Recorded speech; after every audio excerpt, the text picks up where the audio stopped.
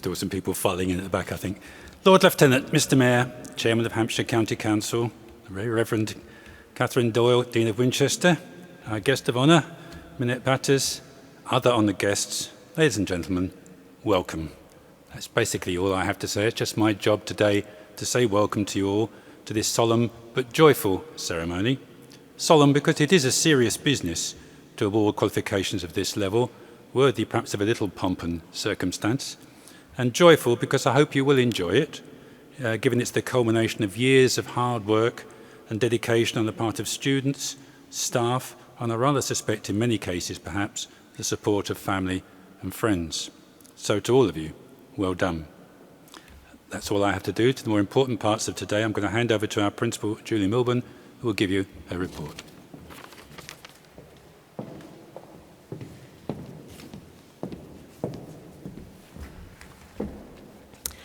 Lord Lieutenant, Mr Mayor, Chairman of Hampshire County Council, distinguished graduates and honoured guests, I'm delighted to be able to deliver the Principal's Academic Report for 2024. This year has proved once again to be another highly successful year for the University Centre Sparsholt and its students. And as we look around this wonderful cathedral, each one of our students has their own story to tell of their time spent at Sparsholt, but what they all have in common is their shared enthusiasm and real passion for their subject and the knowledge and skills that they will bring to their industry in the years ahead.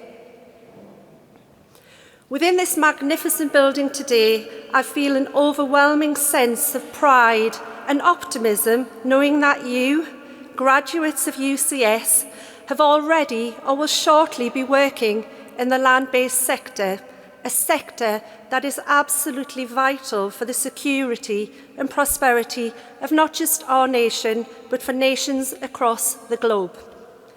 Preparing our graduates for the world of work is central to our mission. And to achieve this, we have continued to see record investment this year in our specialist facilities. At Sparsholt, wait for the number, we are entering our 125th year, having commenced delivery of land-based education in 1899. And we've been awarding higher education degrees for 32 of those years.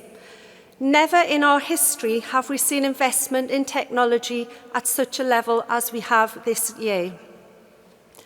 We're particularly pleased with the significant investment in the College Farm Estate and Agriculture facilities, with the installation and opening of both a new conventional parlour alongside a de Laval robotic milking parlour. The upgrade also includes agri-tech laboratories where students will begin to undertake research that will help us to boost productivity whilst reducing carbon emissions. In addition, our new vertical farm and research facility will enable our students to undertake controlled environment agriculture, which eliminates the seasonal constraints of traditional farming and will provide opportunity for research into new crop growing techniques. But if you ask the staff and students what they are most excited about this coming year, it will be the opening of the Higher Education Science Centre in the autumn. This £5 million facility will bring clear distinction between further and higher education delivery and will provide much needed additional specialist teaching spaces, new laboratories for teaching and research, social spaces, tutorial rooms for collaborative learning. And I'd like to take this opportunity to personally thank Chairman Councillor Keith Manns of Hampshire County Council, present today, and the former Enterprise M3 Local Enterprise Partnership for their generous donation which has part-funded this facility. So thank you. In addition, we have monies from the Office for Students and we really look forward to the official launch of that facility in the new year. I'd now like to provide you with a flavour of some of the many activities undertaken by students during the course of their studies this year.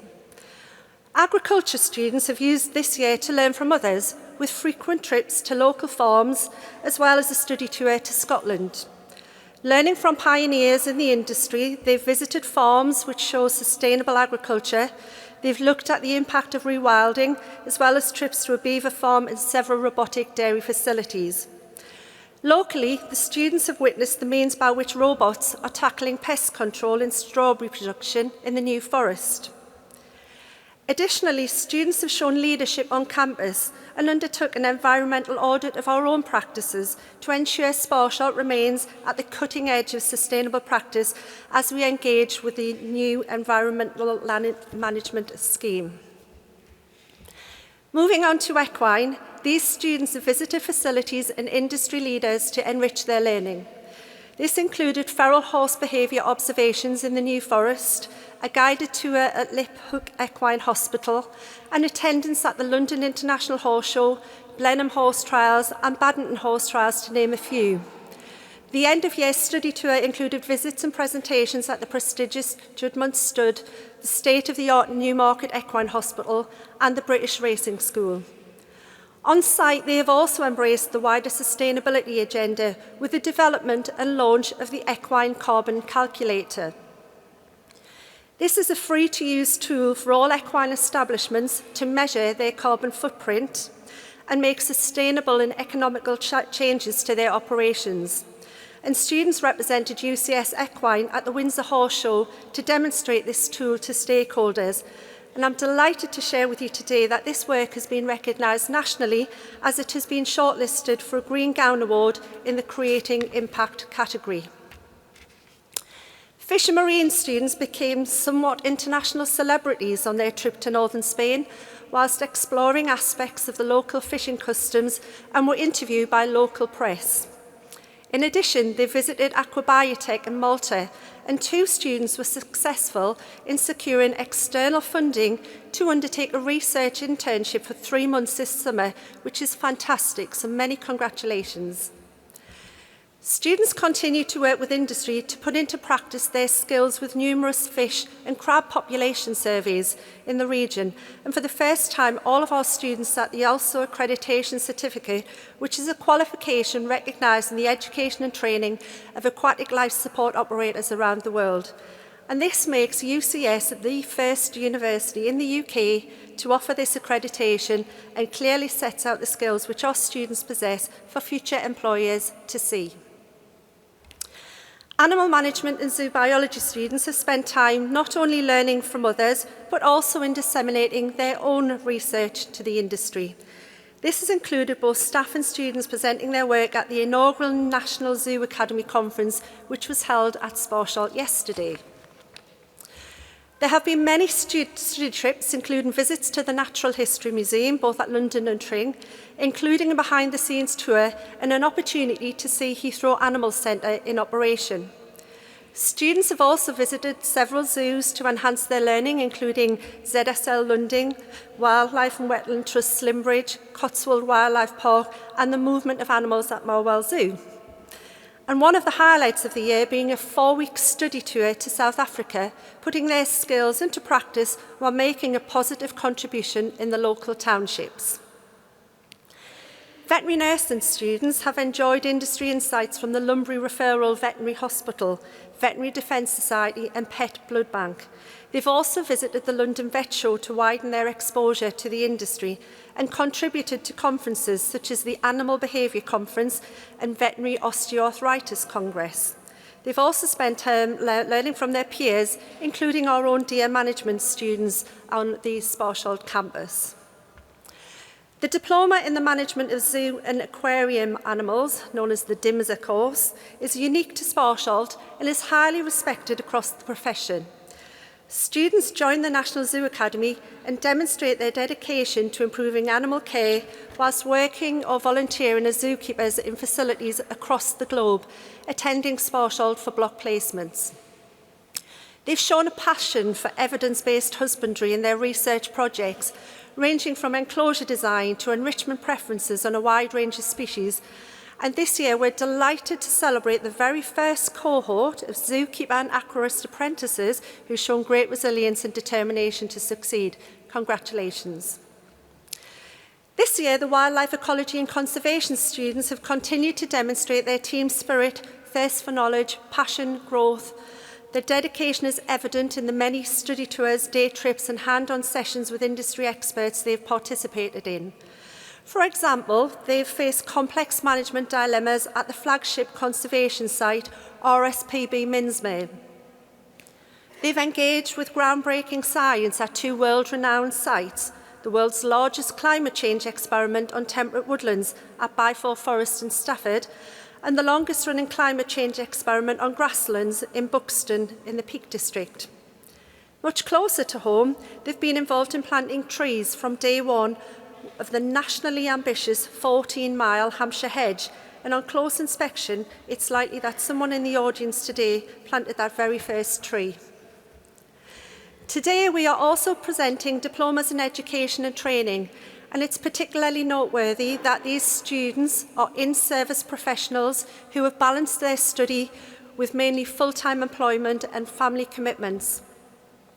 And I'd like to take the opportunity to give a big special well done to members of our own teaching staff from both our Andover and Sparsholt campuses in the audience today receiving their awards. Well done. All of our courses are designed to enable those students to play a responsible and active role in many of the challenges facing our world and the associated agencies that they will go on to represent. In preparing graduates for work, I can confidently say that very few universities offer several weeks of industry experience for every student in every year. This is borne out with the knowledge that many of our graduates today already have their next steps planned, and many are already in relevant employment. This is surely testament to the quality of your time and the experience you have had at University Centre Sparsholt. We hope that you will look back on your time with us fondly. Please do not be a stranger. We do want to hear of your success. And today we're proud to be launching our alumni scheme, so you will be able to be part of Sparsholt going forward, and I'd encourage you to sign up at the reception which follows this event today. Set your sights high, be ambitious. You are all a credit to this institution, and we're excited to hear about what you go on to succeed in your careers and the impact you make both in the UK and undoubtedly across the globe. On behalf of myself and all of your lecturers, we wish you every success. In conclusion, I'd like to echo the thanks offered by our Chairman of Governors to all of those who help and support our work, my wonderful colleagues who are so committed to the work of this organisation, our highly supportive employers, some of those who are in the crowd today, thank you, our prize donors, and a special thank you to our validating partner, the University of Portsmouth. I'd like to thank our governors for all of their freely given time, effort and advice, without which the university simply could not operate. And to conclude, I'd like to extend my thanks to the Lord Lieutenant, the Mayor of Winchester, Chairman of Hampshire County Council, and our guest of honour, Minette Batters, the former President of the National Farmers Union, for joining us today, and finally to the Cathedral authorities for the wonderful venue. Chairman, that concludes my report. Thank you.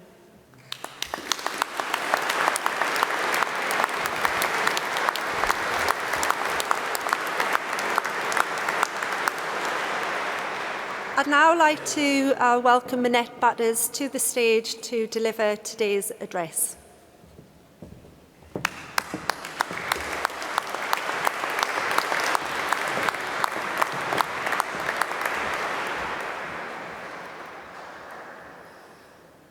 Well, a very good morning, Lord Lieutenant, Mr. Mayor, all the distinguished guests that are here with us today, to the graduates, and I have to say the parents, guardians, friends of the graduates as well. As a mother of twins at university, I feel we probably deserve just as much a celebration of your journey of getting here today as you do.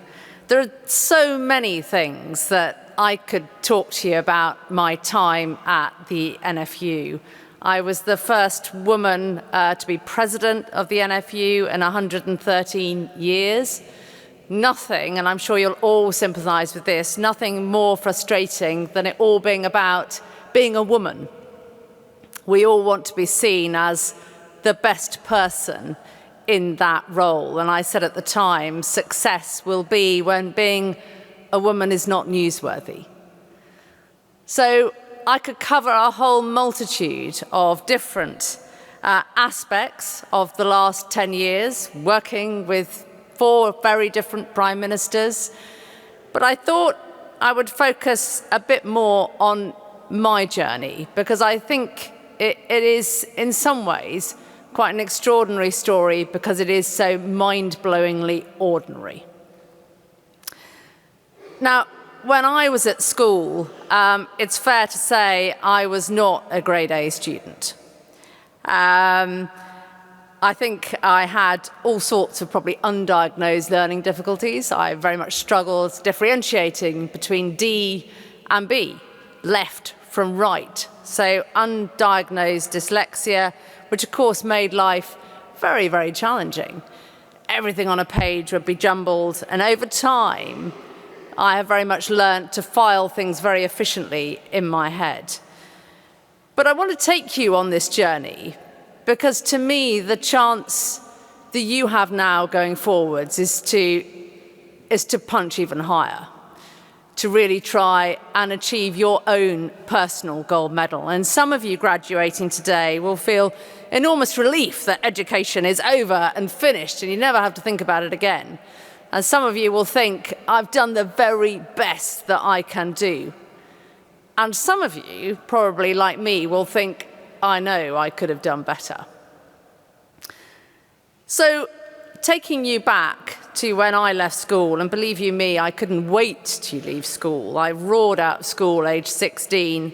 I was passionate about horses. All I wanted to do was either win the Grand National or win badminton. Needless to say, I didn't do either, but I was passionate about horse racing. I rode 30 winners.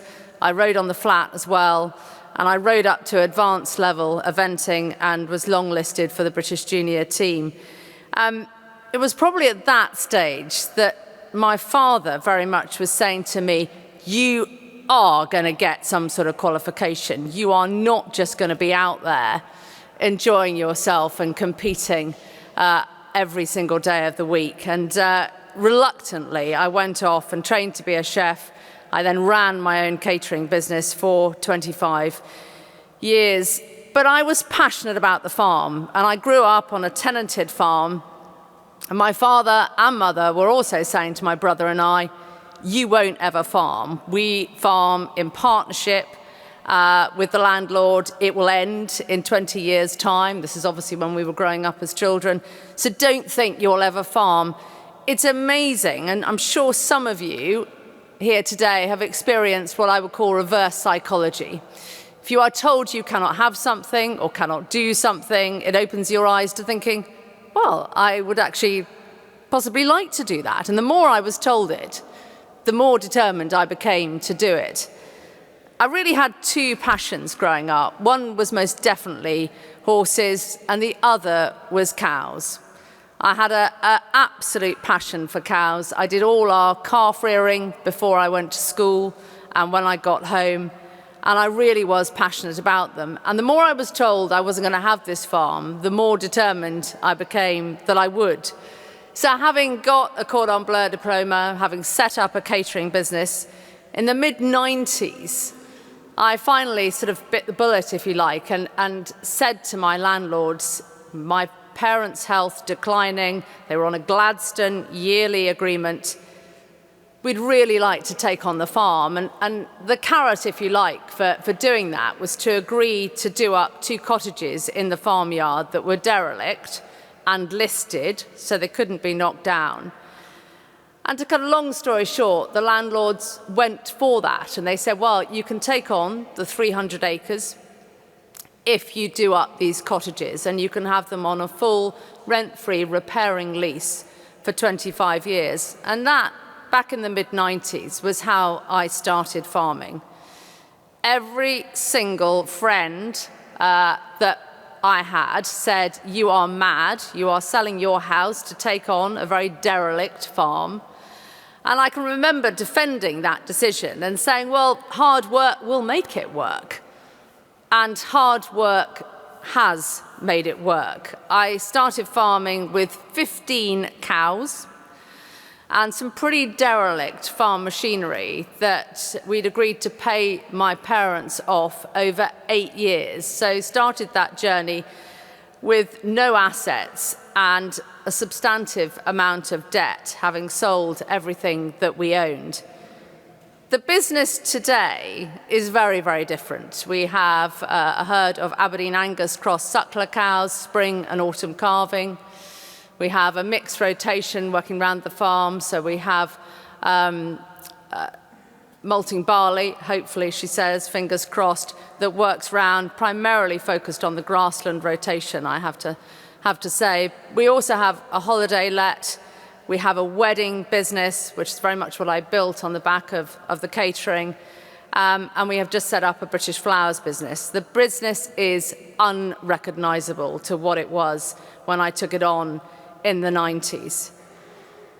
And to come on into the NFU, because it's fair to say all I wanted to do was farm. I never, ever set out to have a career in the NFU. And there are moments in life, and you will have moments as you set out, graduates, on your journey now. You will have moments that are life-defining, effectively, and decisions to make. And what I would say to you is failure has taught me much more than success, so remember that. Failing will be a good thing, even if it doesn't feel it at the time. And when I became president of the NFU, my predecessors had all been men. They had all been quite large-scale farming operations. I was actually the first tenant farmer to lead the NFU. And I can remember in the beginning people coming up to me and saying, well, you're a small farmer. You're not really cut out to lead the NFU. I can remember another conversation in the first week where someone said, well, you haven't been on the Today programme yet. You know, when's that going to happen? But of course, being a woman, it's going to be much more difficult for you to get on the Today programme and to get your voice heard. Well, that was the red rag to the proverbial bull. Because when you feel that everybody around you is doubting you, I was absolutely determined at this point, on behalf of all women, that I was not going to fail. Because to me, the worst thing that could have happened was that sort of constant stream of, well, don't you remember that time when we had a woman leading the National Farmers Union? My goodness, it was terrible. And I thought from that moment on, I will make this work. It doesn't matter what is thrown at me. I will leave the runway clear for women of the future to lead the National Farmers Union. And that was really quite a moment where either I was probably going to fall apart or I was going to say, right, we're going to do this.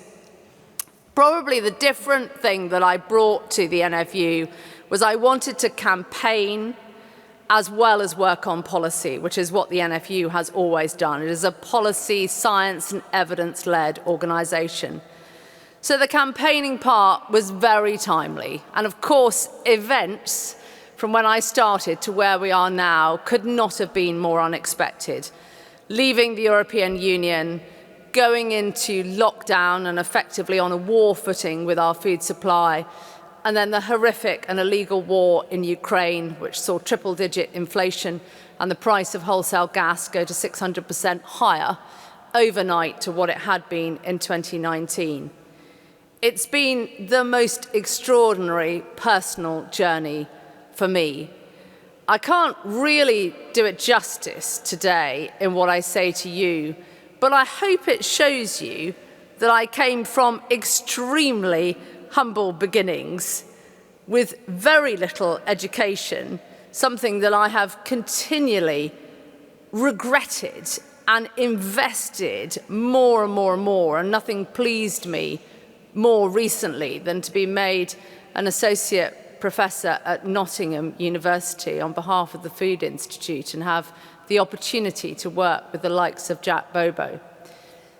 So for you graduates, this is your start. You've done the first jump, effectively, the first hurdle. Don't stop there. I recently was quite taken aback when one of my friends at school, Emily, who had a first at Cambridge, extremely bright, she said to me, I look at you and I have had to completely redefine my view of success. In her eyes, I have to say, in my eyes, success does come with the first at Cambridge. What I would say to you is, actually, it doesn't. You all will have your own personal gold medal. How you get that gold medal will depend on you as an individual. Now, you might have that lightning bolt tomorrow. It might be in 5 years. It might be in 10 years. But what I say to you today is, don't let it be in 40 or 50 years. Do it, and do it now, and strive to be the very best that you can be.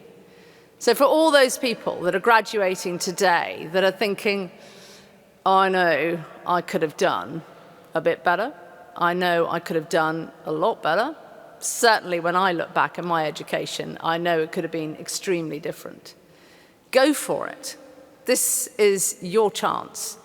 And I hope that my story proves that even from the most lowly beginnings, you can achieve your own personal gold medal. Now, for me, in my mid-50s, my goodness, it has not stopped. I want to go on and on and on, and I want to keep influencing. You know, farming, food, this country is going to be very different. We've been through enormous change, so we need people who are prepared to step up, to engage, to challenge, to provide solutions. And we need young people, both male and female, who want to do that. So it is to wish you well today, to say what an enormous privilege it has been to me to come to Winchester Cathedral for your graduation ceremony. And please celebrate today and aim high in the future. Thank you.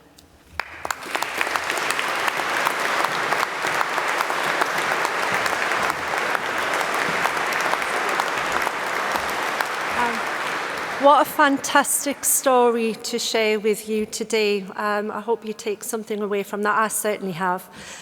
What Minette did not share with you is very recently she has been awarded a life peerage. So I'd like you all to join me today in congratulating Minette for this wonderful achievement. Fantastic. Well done.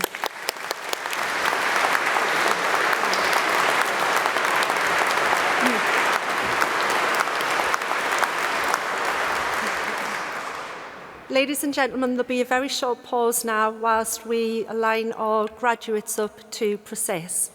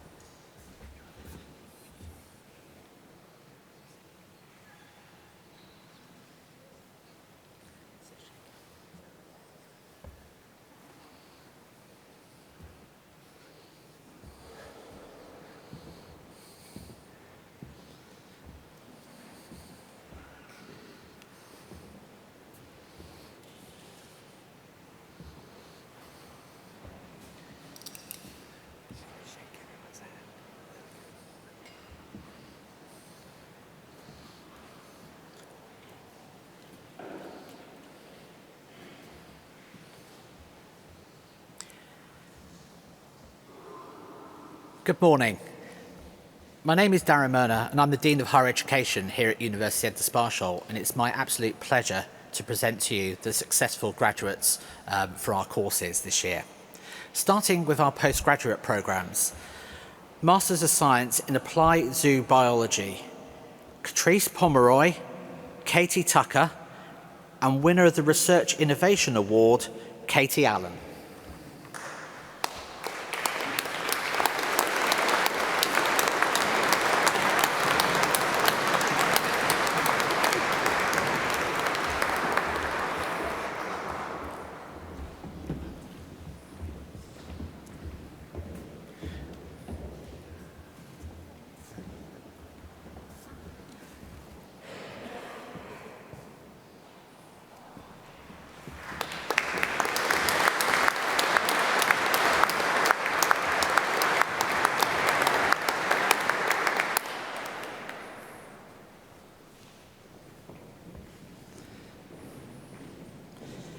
Master of Science, Equine Behaviour, Performance and Training, Laura Bridle, who is the winner of the Dualist Trophy.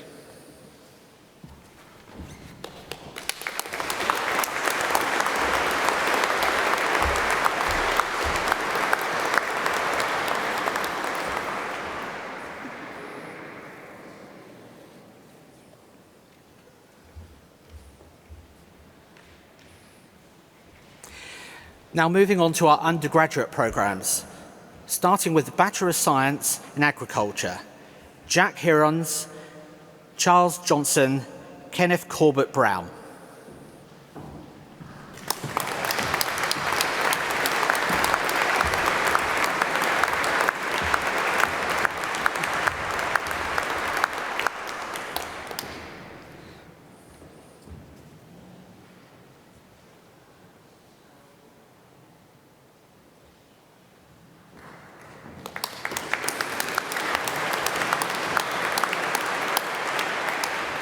William Reed, Cody Wells Miller, and winner of the Leckwood Estate Prize for the Best Overall Performance, Megan Price.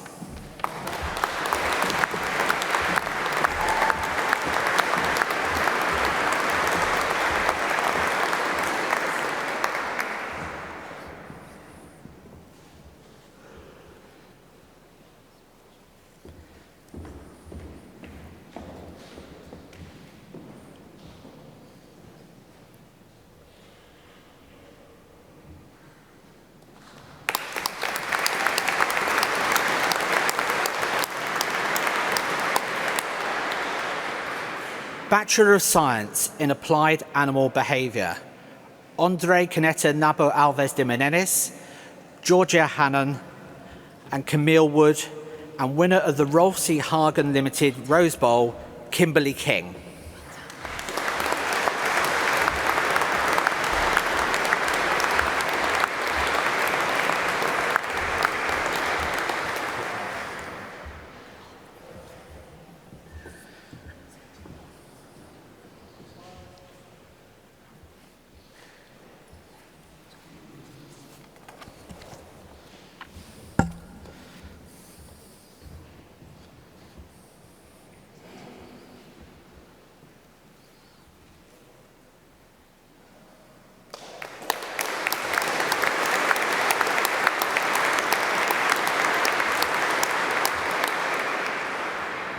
Bachelor of Science in Applied Animal Science,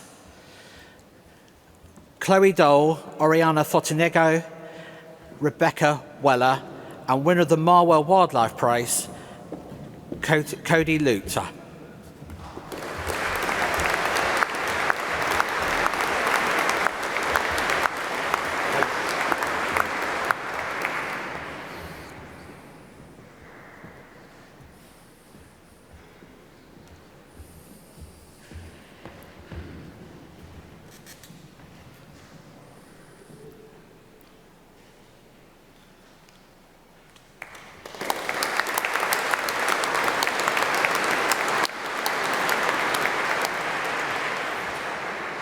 Bachelor of Science in Aquaculture and Fishery Management, Harry Hodgson, Michael Skilton, and winner of the Sunderland Marine Trophy, Charlie Parsons.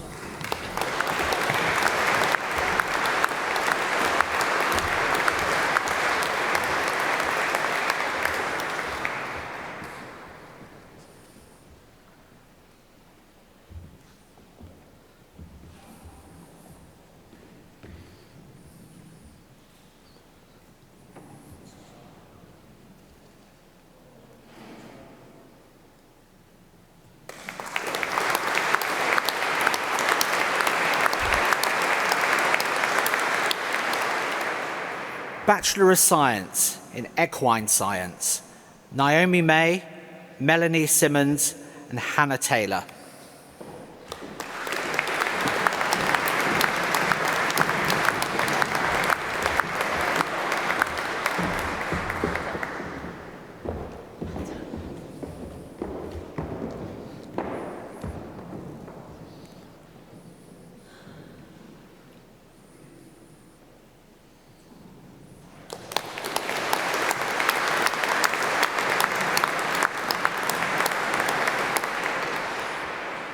Becca Ward, and winner of the Eclipse Trophy, Lauren Hemrys.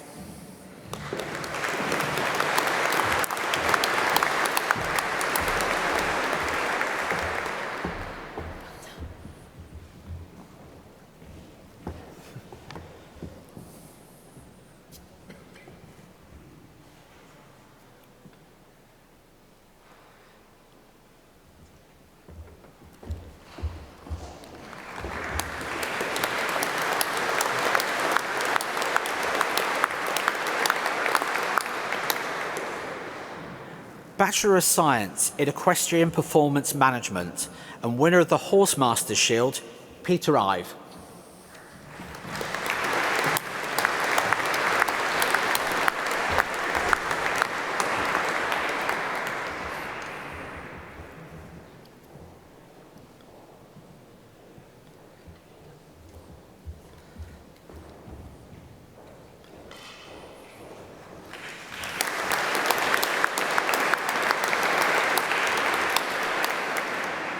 Bachelor of Science in Wildlife, Ecology and Conservation, Georgia Band, Belinda Britton and Edward Byram.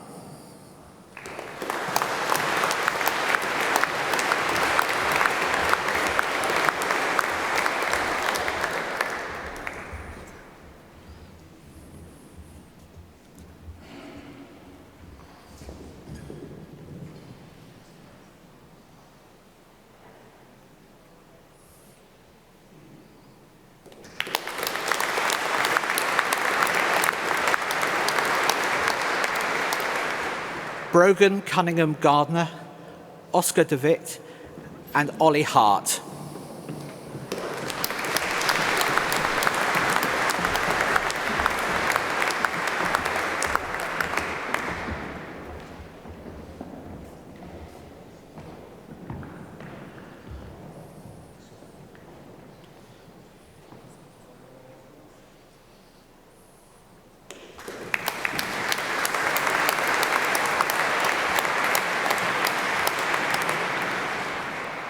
Jasmine Holbeach, Natalie Crate, and Nathan Nutsley.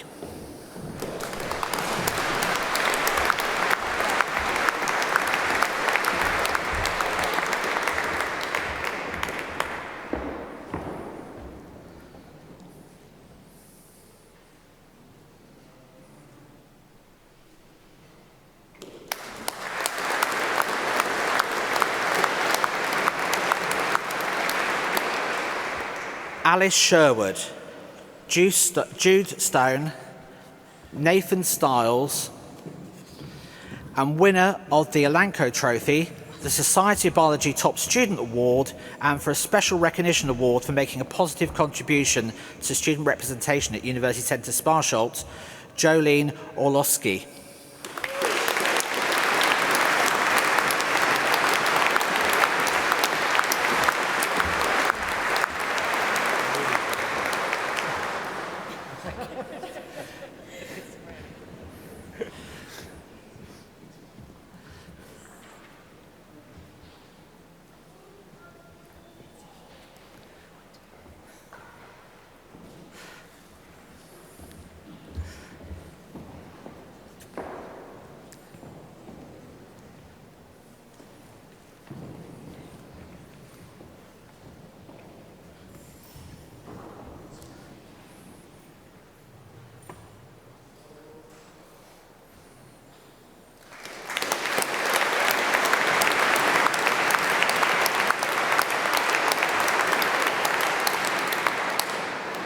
Bachelor of Science in Zoo Biology, Gabriella Bronieka, Imogen Burt, and Lucas Clark.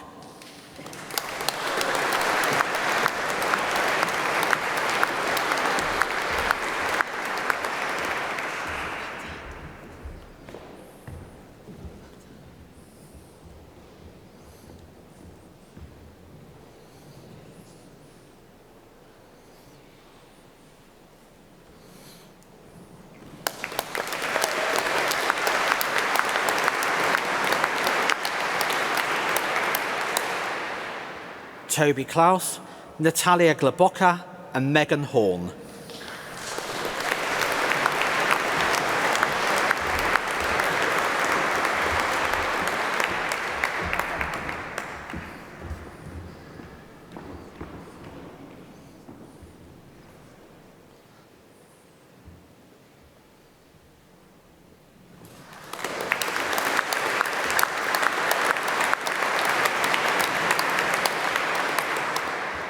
Martin Mendez-Hennick, Rachel Waters, and Oliver Wilson.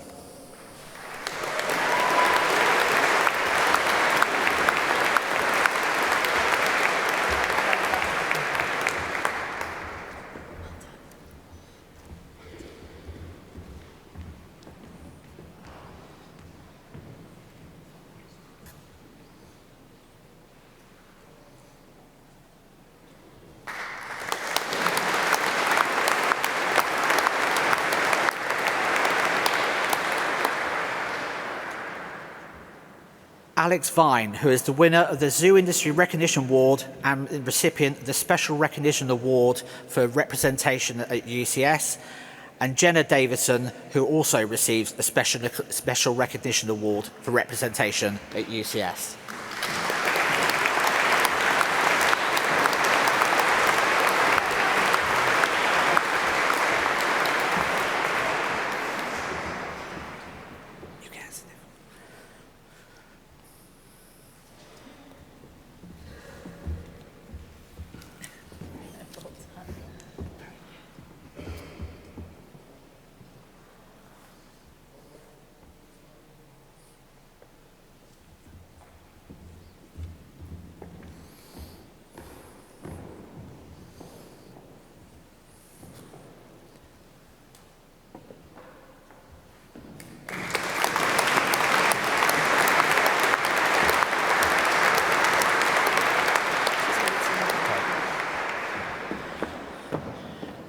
For Bachelor of Science in Applied Animal Behaviour, Lauren Hargrave.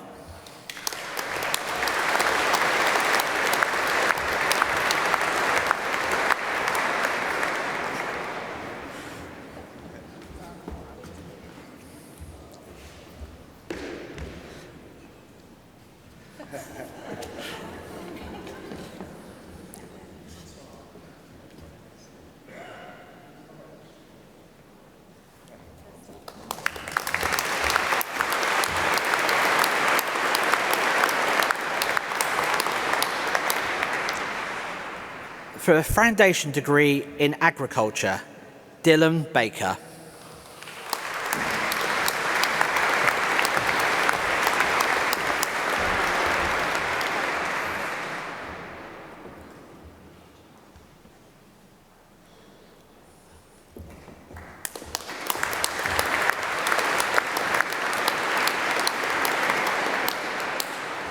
Foundation degree in Animal Management and Applied Science, Nadia Inova, Amy Lee, and Bethany Morgan.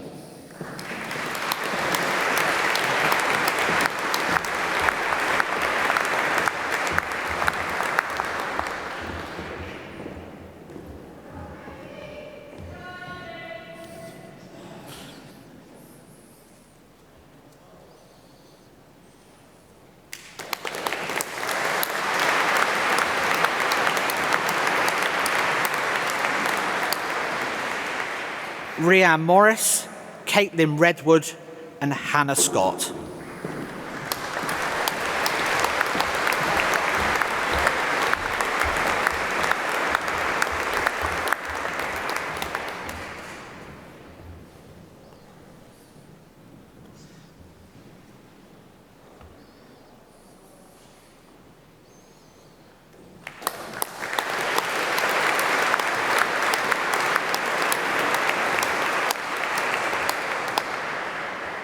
A foundation degree in applied zoo science, Kaylee Bolton, Cameron Chamberlain, and Marcy Davis.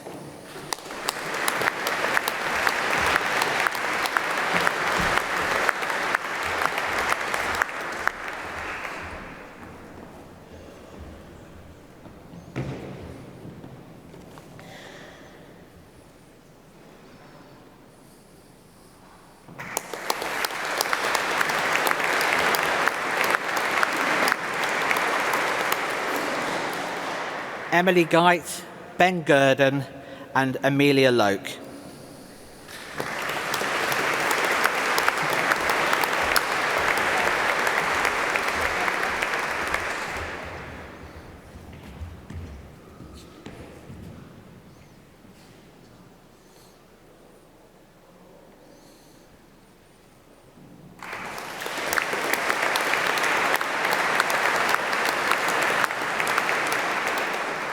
Owen Mills, Jasmine O'Donnell, and Amelia Ramplin.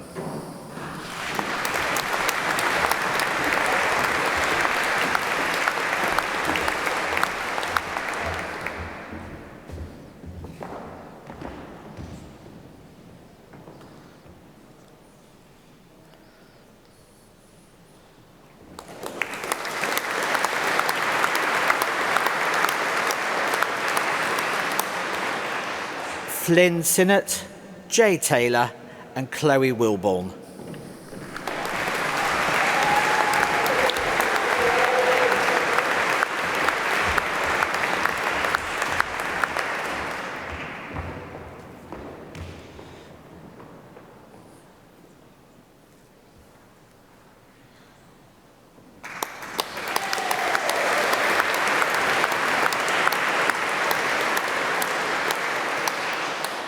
And the winner of the Zoo Accolade Award is Xanthi Ferreira Pike.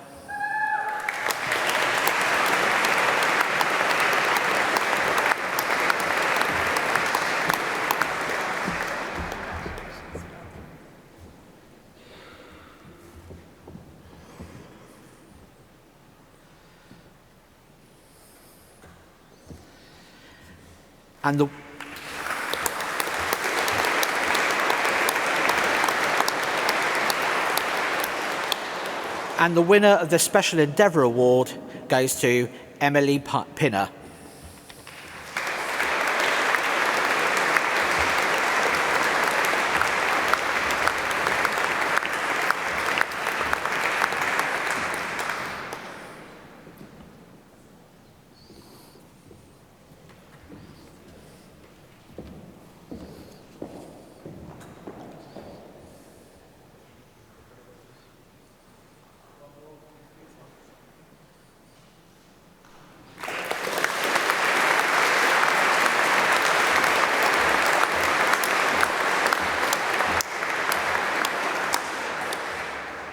Foundation degree in Marine Ecology and Conservation, Henry Jordan Guy, and winner of the Pisces Conservation Award goes to Shoshi Sanders.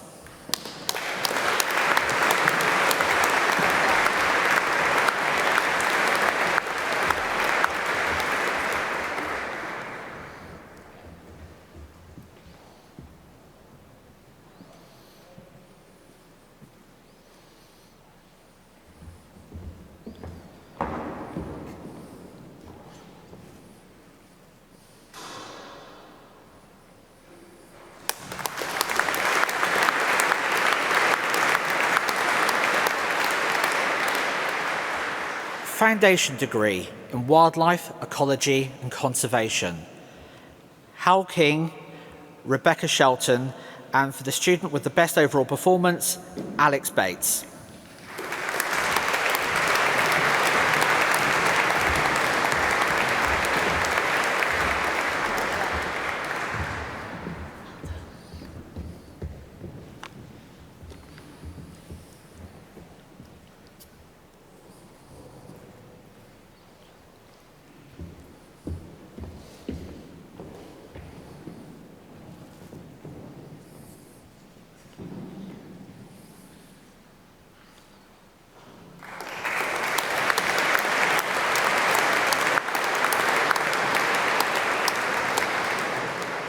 Foundation degree in Animal Health Studies, Sophie Osler and Isabel Ranger.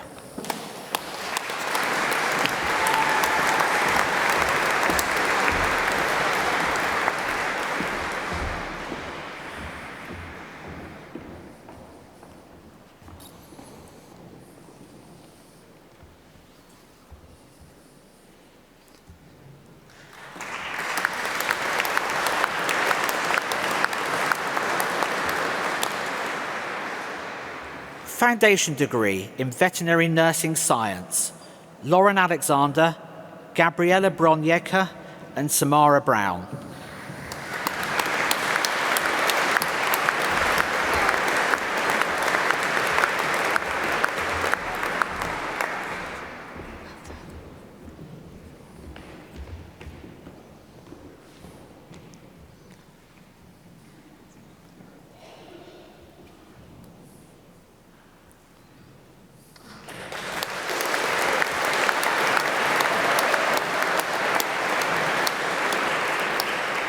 Claire Bryan, Lydia Burdis and Alexandra Christensen.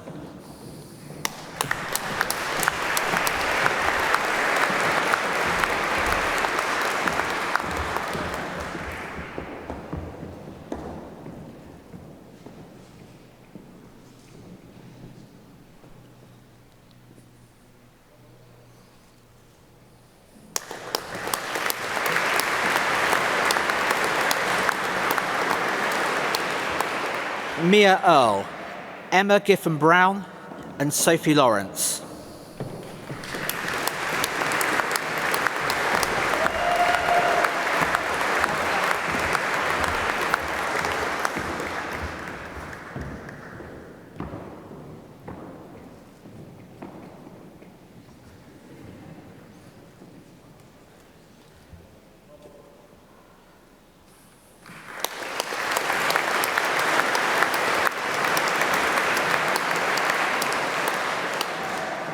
Nicole Middleton, Emily Milburn and Rachel Miles.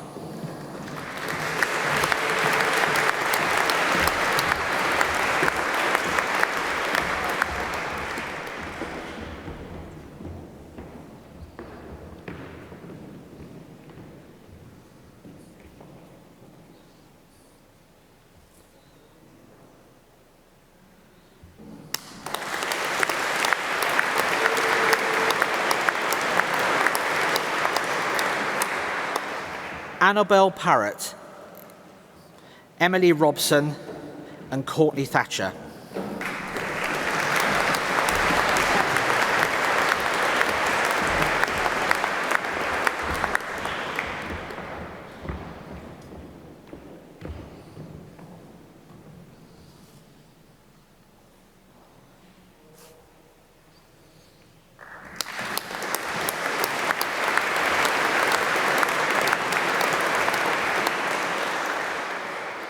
Taylor Venn, and winner of the Plowman Trophy, Charlotte Elliott Collier, and with a Special Endeavour Award, Amy White.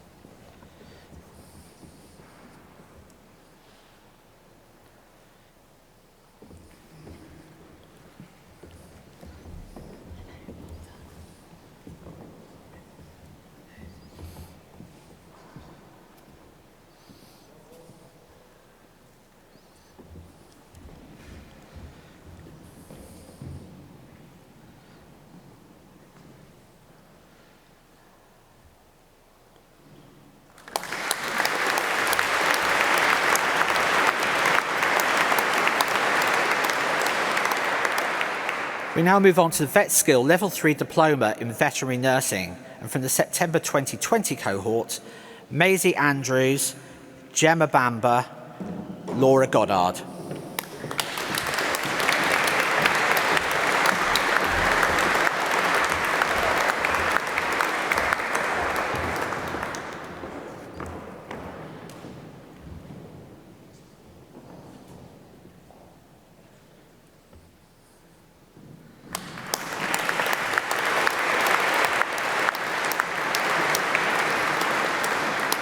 Adele Lewis, Amy Richins, May Sawyer, and Lauren Wynne.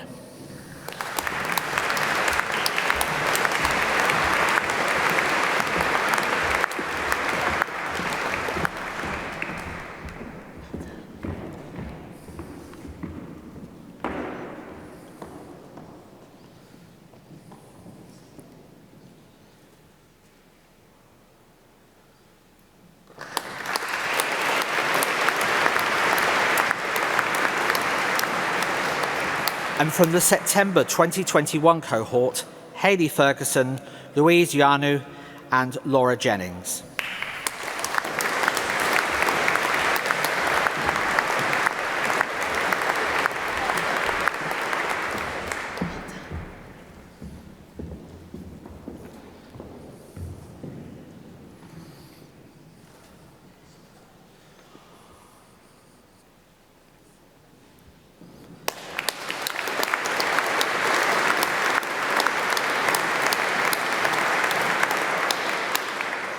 I would now like to invite Simon Williams, RVN, a member of the Veterinary Nursing Council, to join the veterinary nurses on the dais here to take their declaration of professional registration.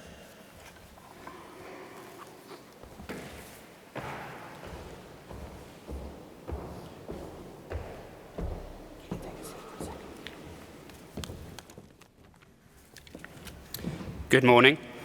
My name is Simon Williams, and as stated, I'm a member of the Veterinary Nurses Council.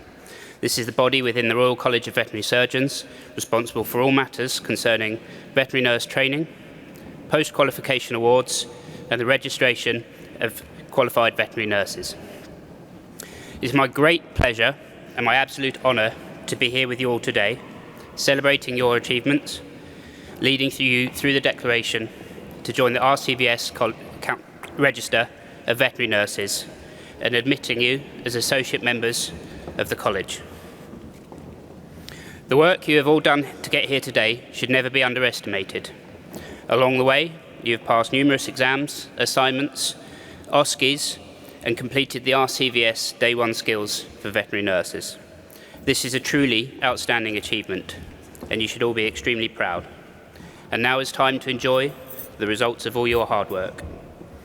Veterinary nursing is going through an exciting period of positive change. Can I move? Can I move? And growth. I would encourage you all to be proactive and engage with our profession and be the catalyst of the changes that you want to see and get involved in shaping our future. And remember, anything is possible.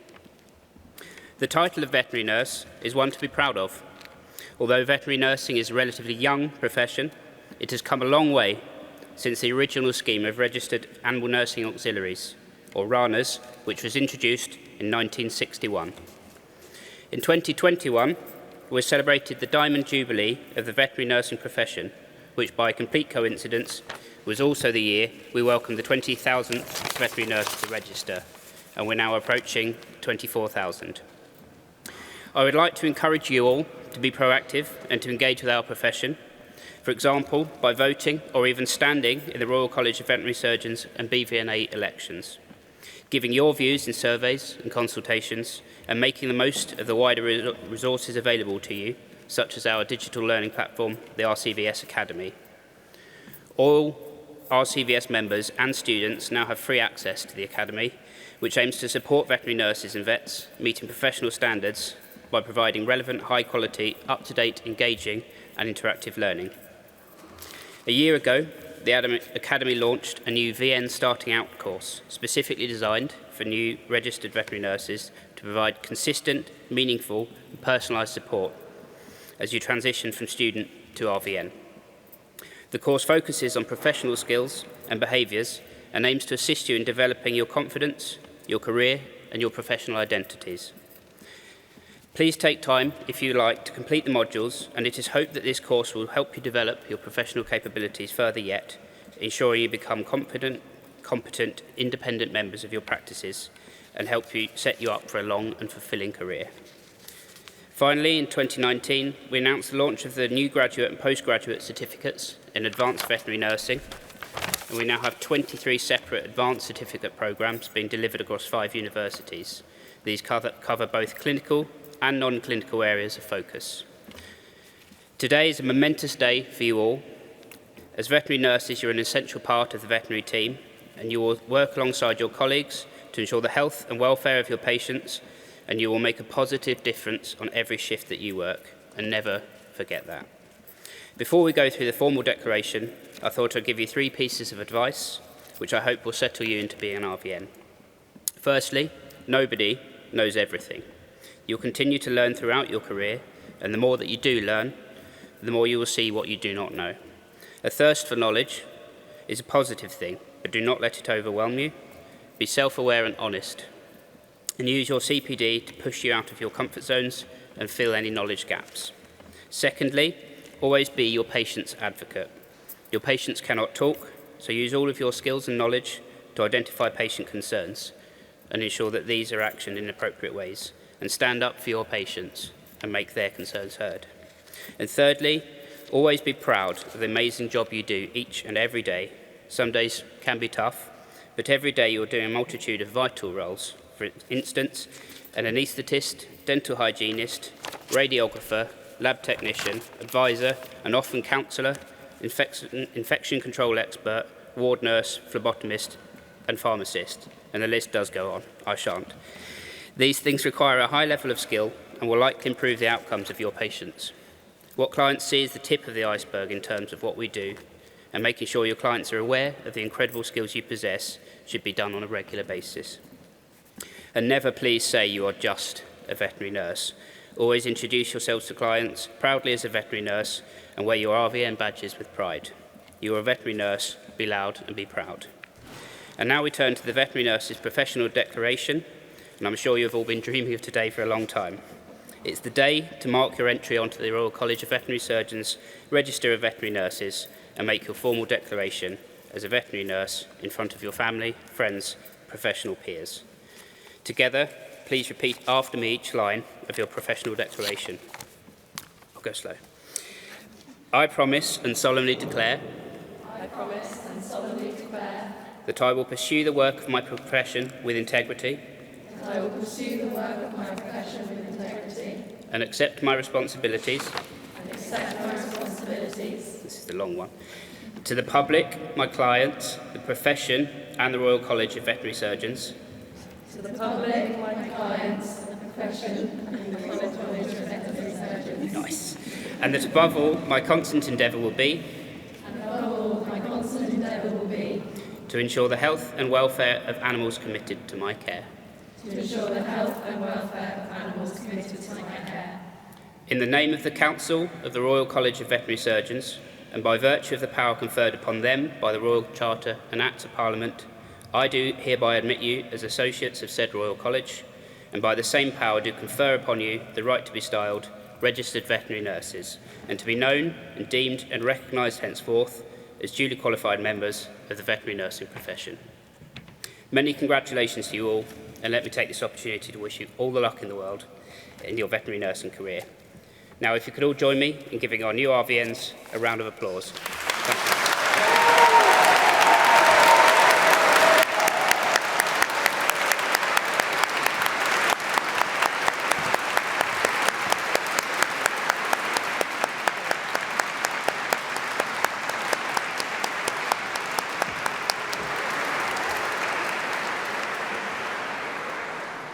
I think it will just file off.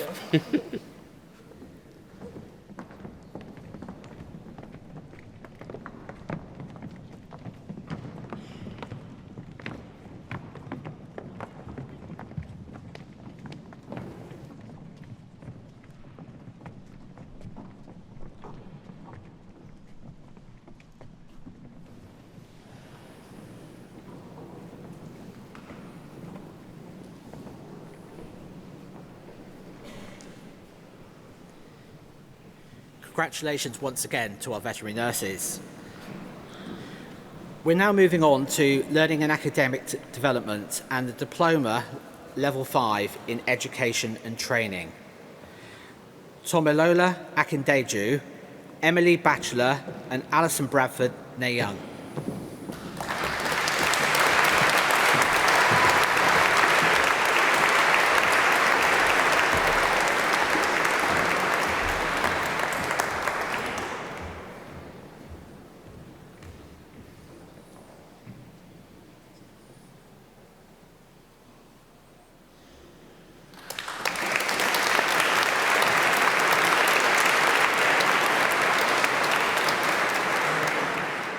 Shelby Brereton, Richard Macmillan, and Christian Parfit.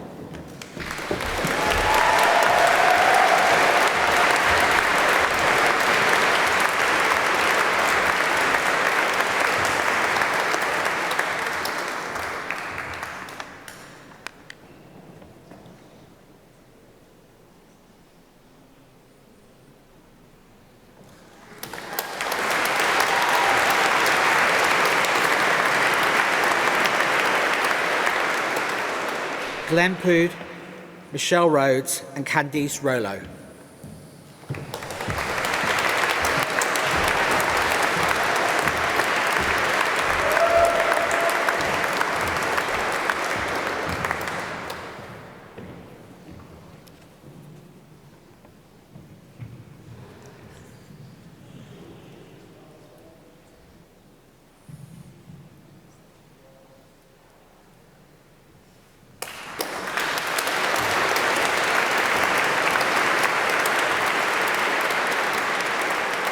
Susan Simmons and Emily Smith.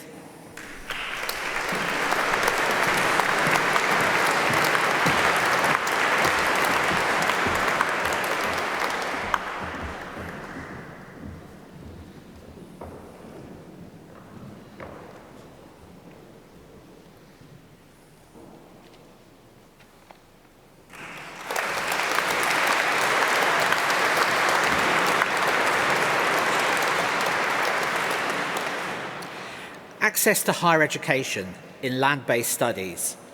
Megan Barnard, Chloe Davis, and Hannah Fletcher.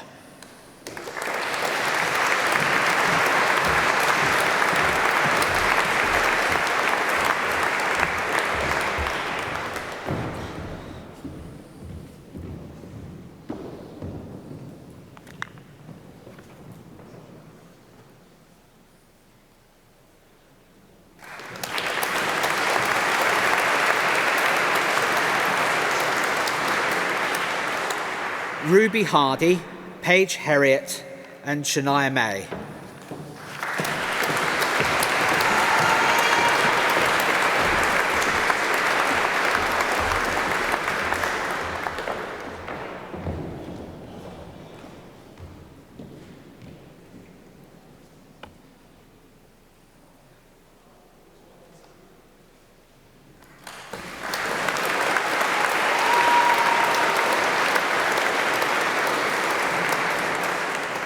Jordan Moss, Ryan Pearce, and Brooklyn Pink.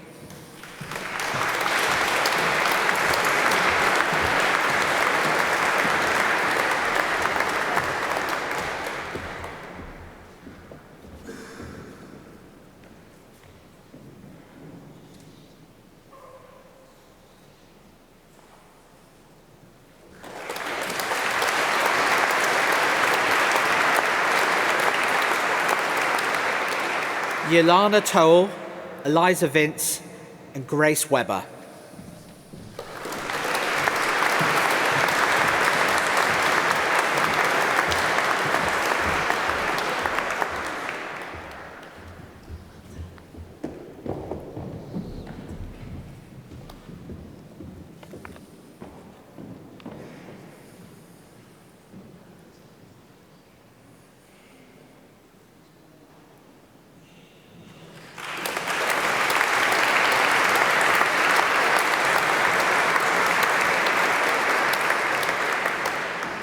Charlie Warne, and for Best Overall Performance Award, Robin Dalton.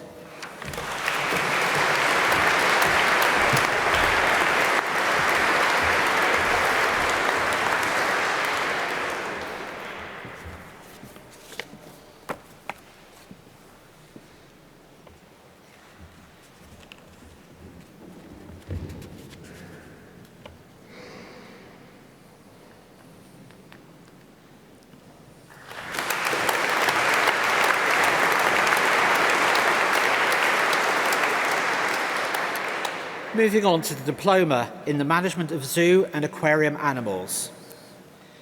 Amy Bowden Edge, Alana Claire Stocks, and Heather Carmichael.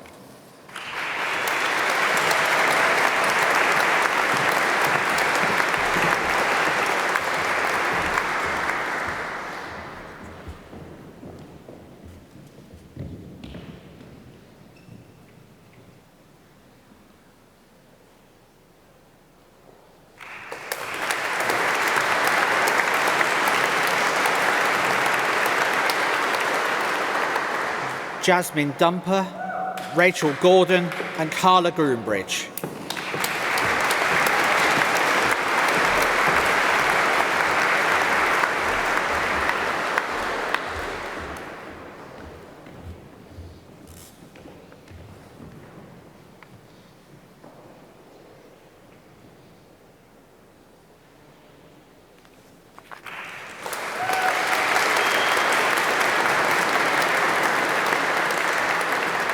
Hayley Hector, Emma Clarson and Darcy Noble-Smith.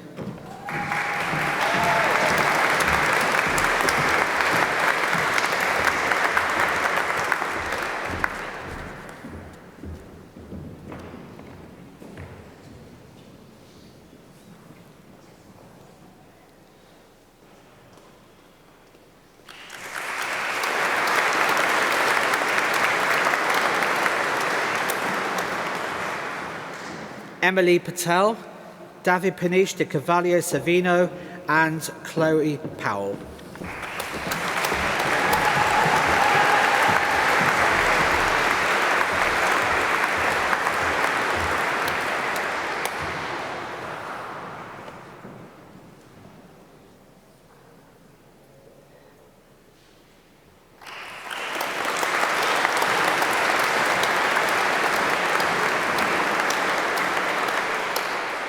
Caitlin Sadler, Rebecca Saunders and Aaron Thome.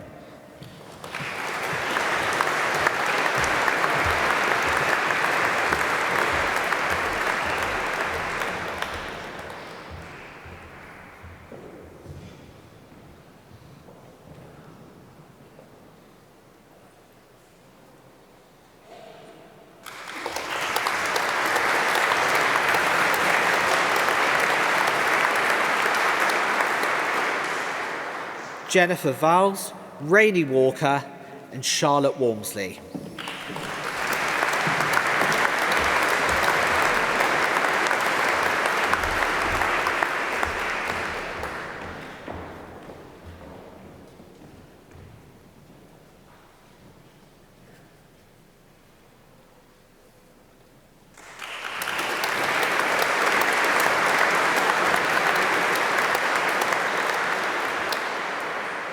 Lauren Wheeler and recipient of the Piazza Award, Billy Aslett.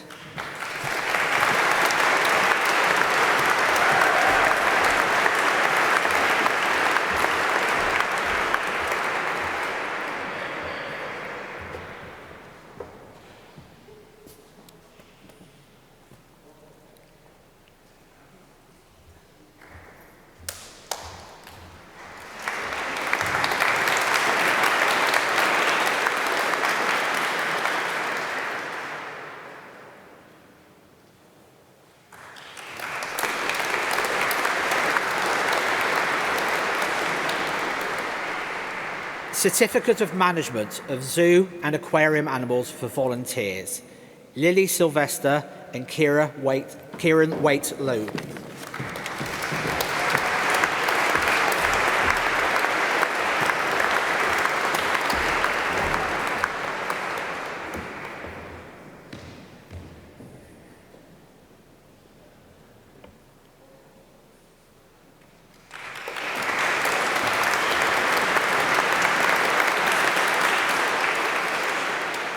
Zookeeper and Acarist Apprenticeships, Matthew Glencross, Toby Hughes and Emily Marin.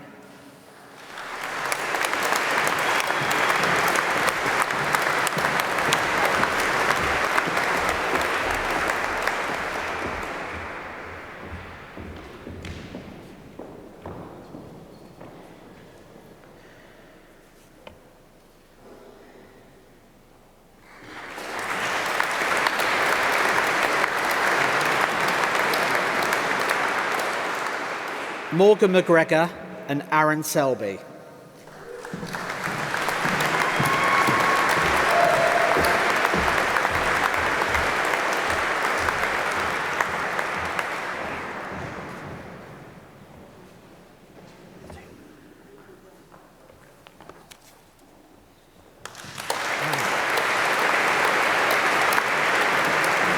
Eleanor Ware.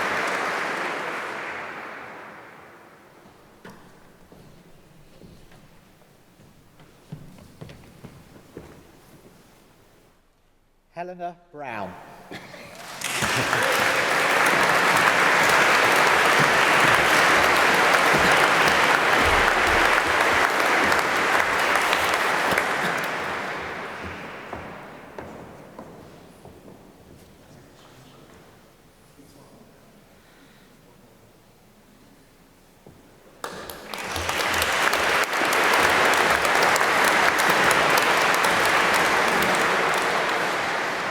That concludes the presentation of awards. Congratulations once again to all of our successful students. I'd now like to invite two of our students, Jolene Orlowski and Alex Vine, to present a vote of thanks on behalf of the students.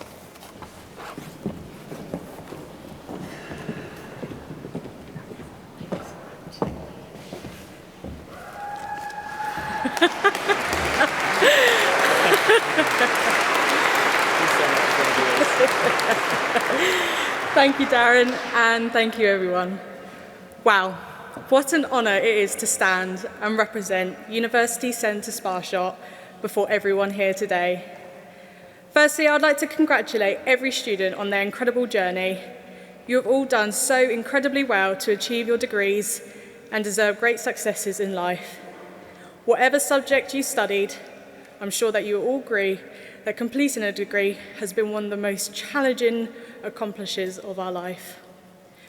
The same blood, sweat and tears could not describe our 3 years of trials and tribulations any better. We are the next generation in our chosen industries, an intimidating but an exciting time. From proving our competency through work experience to improving our academic writing skills, every aspect of theoretical knowledge and practical application has led up to this moment. I returned to education as a mature student, having worked full-time for 6 years in a different career. It doesn't matter how old you are going to university, as it is a daunting time for us all, but I definitely had preconceived notions and worries that I would struggle due to my age. I could not have been more wrong. Lecturers and my peers, ages ranging from 18 to 50 years old, it felt like a huge relief and a weight off my shoulders once I realised that we were all in this together, regardless of our backgrounds. We all supported each other from celebrating newfound successes to being a shoulder to cry on when the pressure and stress of life got too much. You are talented, intelligent, compassionate. I could go on until the end of the day to describe just how important you all are. I want to thank my friends across all disciplines who I've had the pleasure to study and work with, and I hope to all see you in years to come. We are surrounded by our lecturers who, from day one, endeavoured to learn our individual interests and learning abilities. They have watched and tracked our academic progress, but most importantly, they have seen us grow as people. The personable experience Sparsholt offers allowed us to reach our greatest potential. Our lecturers are keen, passionate, and, to put into better words, massive nerds in their specialised subjects. It was highly encouraging watching you talk about subjects you love and ensure that we all understood important concepts that are necessary for our industries. I would personally like to thank the Board of Governors behind me. The role student governor increases my confidence in professional settings that is currently helping me right now. I was welcomed with open arms from all board members who encouraged my opinion and involvement to represent as a student voice at meetings. To the Wildlife and Ecology team, Dr. Matt Tallis, Dr. Claire Creswell, Dr. Dunson, Nicola Edwards, and Alex Theodoro. Your support, especially during my final year, has been central to my success and career development. A special thanks to my dissertation supervisors, Dr. Claire and Kerry Hunt. I'm very grateful for your guidance, especially in statistics, which felt like a minefield I would never be able to navigate at one point. Last but not least, it is truly heartwarming to witness so many family members, friends and acquaintances join us today to celebrate our achievements. A support system that consists of several of our nearest and dearest cheerleaders who recognise our passion and encourage us to continue even in the face of adversity or discouragement. You are the foundation of who we are today. Every one of you deserves a medal for helping us in our time of need. I'd like to thank my family, my mum, my partner Ben, and my late father. Some of us may have had family members or friends who are no longer with us here today, but in this moment, I know they are so proud and gleaming with pride, seeing you all in your graduate gowns and degrees in hand. I wish you all happiness and success for the future. Thank you.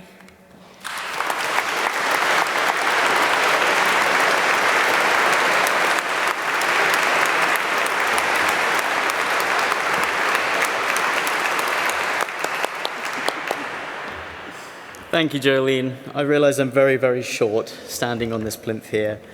But hello there, and welcome to the end of another year at Sparsholt. This is the time of year where us students go, whoa, look at me, I'm all shiny, graduated, qualified, where we get to don our mortarboards and smile for once. Our lecturers, of course, as well, they get to go, yes, free of that lot, once again. For me personally, what a wild ride. It's crazy. I was a lazy A-level student. I had no direction. I did not know what I wanted to do, and a bit like Jolene, 4 years out, you feel like you're coming back and you can't do it. I technically didn't have the grades to get here, but here we are. My first few months at Sparsholt were marred by a severe bout of freshers' flu. People can't shut me up usually, and that did, which was quite a change. Wallowing in self-pity didn't last for long, though. And before long, Sparsholt started feeling like my home. After one brief stint at the lower end of the grade boundaries and feeling like I was very sad at how I did, a half-finished reference list, I'm sure Abby remembers it well, I bucked up a little bit and found that I knew I had to persevere here studying zoobiology. For Sparsholt students, I believe there is an extra sparkle around us. Well, some of us, hopefully all of us. After all, we are a new hope in our respective worlds of expertise. Some of us will be responsible for feeding the world in the future through farming, some of us at the cutting edge of equine management, and some of us will hopefully be getting ready for the war of the sixth mass extinction of plants and animals in living history, and in the whole of geological history for that matter. This is a call to arms, so spread the word. It is real, and we're coming to help fix it. Whatever path Sparsholt students take, we have the chance to influence our world around us. So, cheers for offering that. Thank you. I take this experience over classes of hundreds of students any day of the week. Now it is up to you. Can you push further? This is a scary world, and contrary to the ever-optimism of humanity, there are things that we can go out there and help and develop and bring new into the world. I believe in you. Of course, we couldn't all do it without our hard-working and savvy lecturers, always there to aid our understanding and prevent us falling to the dark side, always there to provide us with opportunity in it. Crikey, maybe we can be friends on Pokemon Go now. I'm kidding. Ain't nobody got time for Pokemon Go these days.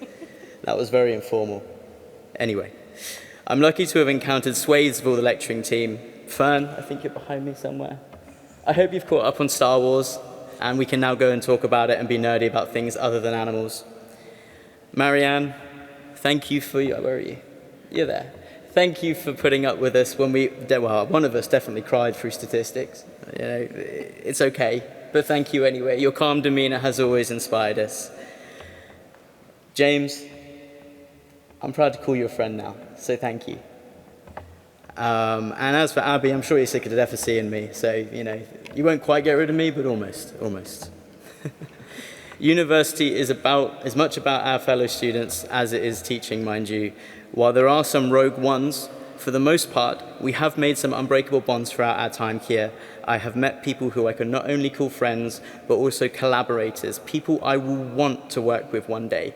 Zulot, because I'm very, very biased.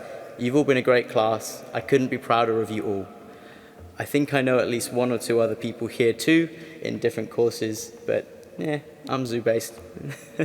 And hello parents, guardians, extended families, and people who can't be here today. Thought I'd mention you guys. You won't need reminding, but I will do it anyway. The newly qualified people sat here today probably all want to achieve more. Continue to help them and guide them to the best of your abilities, and thank you for your stalwart presence throughout the first phase of our careers. I'll wind my neck in now, but remember, this is not an ending but a beginning. I am proud, and while we celebrate today, work starts tomorrow. So, thank you, Sparsholt. And on a slightly less cliche note, 41% of all assessed amphibians are currently threatened with extinction. So bear that in mind. Thank you.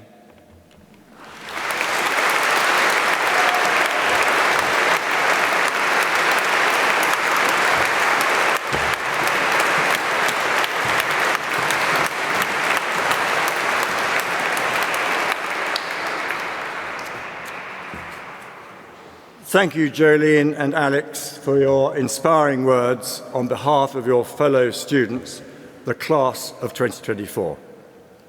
I should like to take this opportunity to wish those of you who've graduated today the very best for the future, and to congratulate all of you on your achievements, and especially to the winners of the course awards. I do hope you've enjoyed your time at Sparsholt, and I thank you for the contribution you have made to college life. I hope Sparsholt has encouraged you to develop an intellectual curiosity that supports lifelong learning, as well as teaching you to have the humility to listen to others, thereby encouraging you to look at issues from another person's perspective. As we heard from our guest of honour, we are living through a period of phenomenal change, more widespread, more rapid, and more extreme, which is challenging for all professions. You have benefited from a first-rate education, which will undoubtedly open many doors to you. Use your time here well and continue with individual thought, and always give of your best. Having commitment and tenacity is so important, but the most worthy ambition you can have is to be true to yourself and to try and make a difference.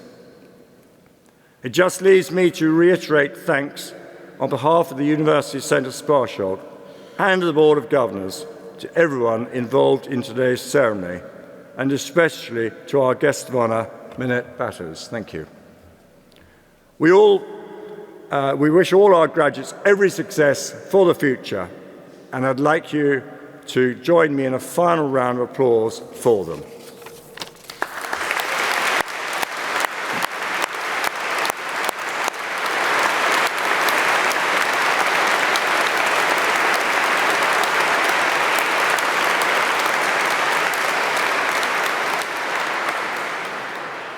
Finally, may I once again invite you and your guests to a drinks reception after the ceremony, which is being held in the marquee in the Cathedral Refectory Gardens, which is adjacent to the marquee where you return your gowns.